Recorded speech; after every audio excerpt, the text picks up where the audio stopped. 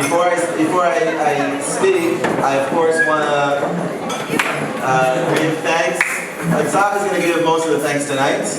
But I want to thank, first of all, we know we're always supposed to thank the host of every occasion, and the host here tonight is Aviva.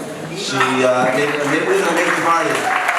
Obviously, she also spent 13 years being most nefesh to raise our children with all our love and all our heart and everything, but let's put things in perspective. This party is amazing. This is really, thank you so much for that. So, thank you. I'm feeling very overwhelmed.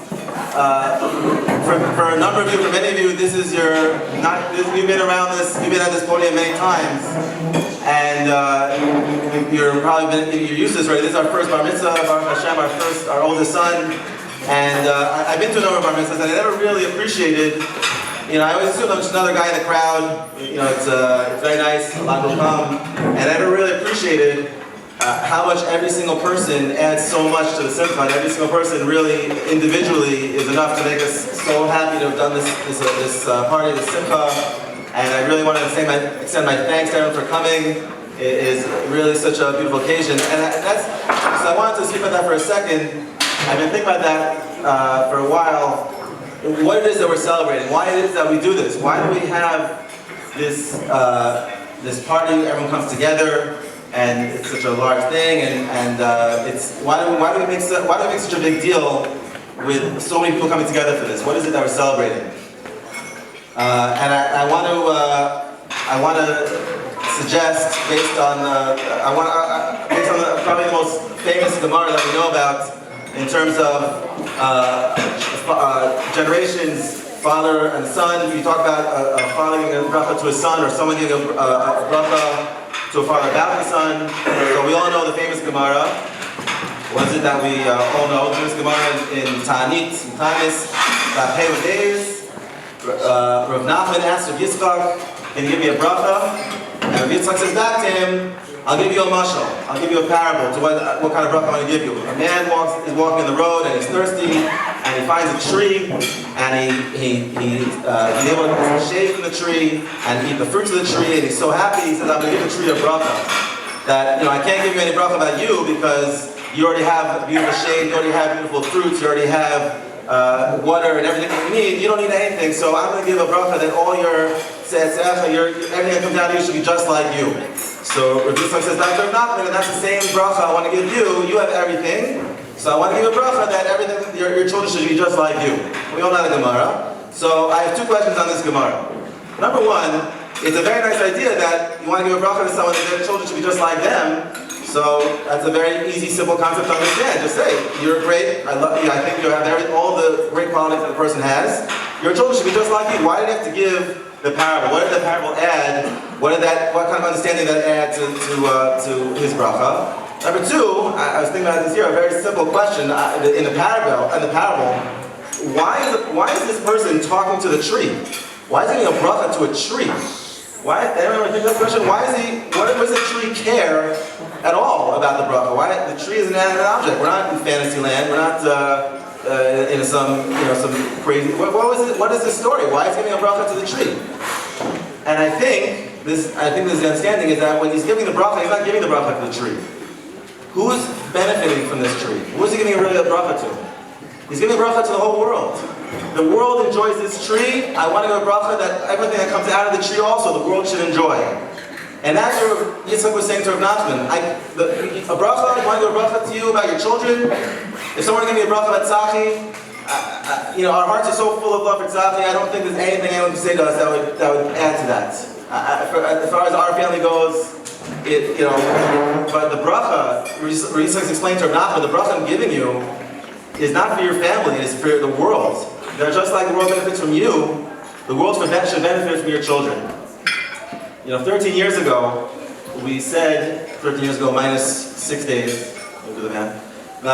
We said at Tzachi's bris, we said, Zeh katan gadol yiyeh. So we got it, we're here. We're here, now you're a gadol. Mazel tov. So what does it mean to be a gadol? What are we so excited about that you're a gadol? What does it mean to be a gadol? Gadol doesn't mean that you're taller, it doesn't mean that you're larger. A gadol means someone who's bigger than themselves. Think about bigger than where they are, who they are, when they are. They think about the bigger things. A gadol means that we take things in a bigger perspective. My favorite story about Tzachi, I want to share one story about Tzachi. My favorite story is we were learning a Mishnah in Mitzvah that talks about a worker that the kind of conditions you're allowed to make for workers, what they're allowed to give up and move their salary, eating certain things. Remember this story? And the Mishnah says that children are not allowed to make this condition. Only grown-ups make the condition. And what the understanding is, they don't really have a perspective to make that decision. Tzachi said, I understand the Mishnah. You tell me I don't understand enough to make that decision on my own. And Tzachi got a little upset about that. So I was saving that story for the bar mitzvah.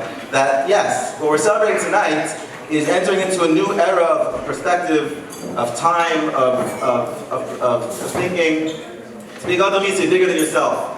And we've gotten to this point. I want to give Tzachi a bracha that we're sharing with the whole community, because that's what the Simcha is all about. The Simcha is about bigger than one person at one time, in one moment. What we're celebrating now is the ability for Tzachi to be part of the greater picture of the Jewish people.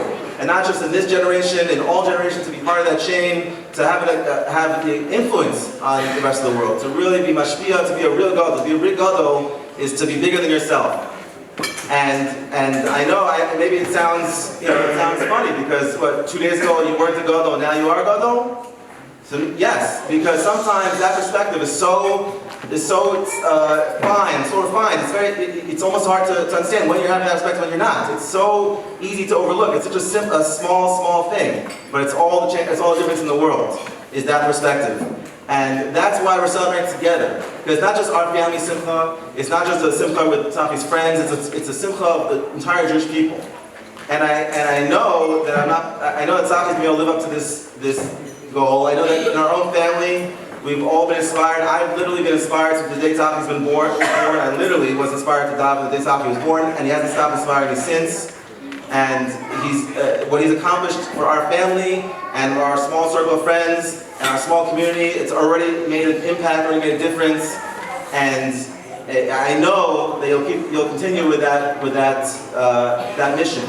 And the reason we brought everyone together here is that if you're ever thinking that at some point in your life, maybe I can't do this. You ever think, Tzachi, maybe this is too much, I can't do this. We brought everyone here tonight. Why is everyone here tonight to celebrate with you? Because they all agree with the same sentiment. They all agree with the same mission that you have. They believe in you. Everyone here came from far away. They came from Beit Shemesh and from all over Eretz Yisrael. They came from America, all over America. Why? Because they believe in you. Because they believe in your potential, they believe in your future, and they think that you can do it.